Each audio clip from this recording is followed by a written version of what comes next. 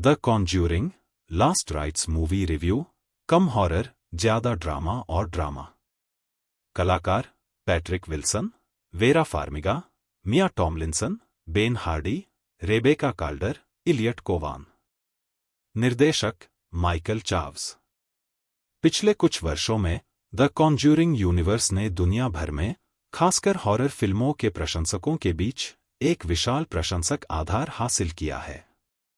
इस फ्रेंचाइजी, जिसमें the none और एनाबेले जैसी फिल्में भी शामिल हैं, ने उतार चढ़ाव भरे सफर का अनुभव किया है, जहां कुछ फिल्मों ने दर्शकों को प्रभावित किया है और कुछ निराशाजनक साबित हुई हैं। द कॉन्ज्यूरिंग लास्ट राइट्स की बात करें तो यह 2021 में आई The Conjuring The Devil Made Me Do It का सीक्वल है और द कॉन्ज्यूरिंग यूनिवर्स के पहले चरण की 9वीं और अंतिम किस्त है। इस फिल्म से उम्मीदें तो बहुत हैं, लेकिन देखते हैं कि यह उन पर खरी उतरती है या नहीं। कहानी 1964 में शुरू होती है, जब पैरानॉर्मल इन्वेस्टिगेटर एड और Lorraine Warren, Patrick Wilson, Vera Farmiga गर्भवती होती हैं और उनका सामना एक राक्षसी दर्पण से होता है। वे बाल बच जाते हैं, लेकिन लोरेन एक मृत शिशु को जन्म देती है।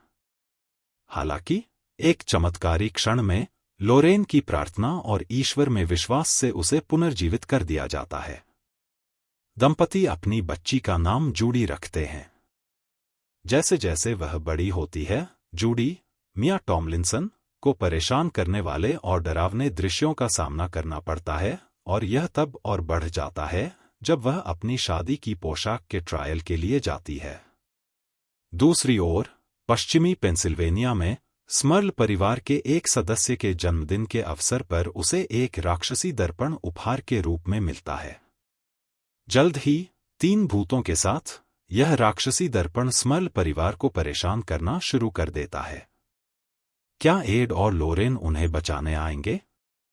इस घातक प्रक्रिया में जूडी की भूमिका कितनी महत्वपूर्ण होगी? The Conjuring the last rites Warren परिवार द्वारा स्मरल में हुई प्रेत बाधा की सच्ची पड़ताल पर आधारित है।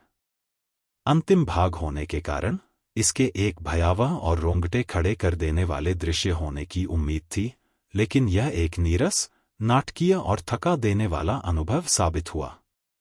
कहानी बॉलीवुड की 90 के दशक की घिसी-पिटी हॉरर फिल्मों की याद दिलाती है, जिसका पहला भाग हॉरर दृश्यों की तुलना में पारिवारिक ड्रामा पर ज्यादा केंद्रित है। अचानक आने वाले डरावने दृश्य बहुत ही अनुमानित हैं और उनका बीजीएम भी निराशाजनक है, जो समग्र सिनेमाई अनुभव को प्रभावित करता है। माइकल चाव्स का निर्देशन ठीक लगता है, लेकिन वह उस भयावह अनुभव को सामने लाने में विफल रहता है जिसकी दर्शकों को चाहत होती है। अभिनय की बात करें तो पैट्रिक विल्सन और वेरा फार्मिगा एड और लोरेन के रूप में अच्छे हैं और भावनात्मक दृश्यों में खास तौर पर चमकते हैं। जूडी के रूप में मिया टॉमलिंसन अपने जटिल और बहुस्तरीय चित्रण से मासूमियत को उजागर करती हैं। दूसरी ओर बेन हार्डी अपने सीमित स्क्रीन टाइम में ठीक-ठाक हैं।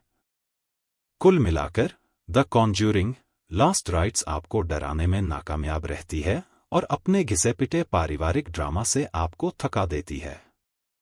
रेटिंग 2/5 में से स्टार।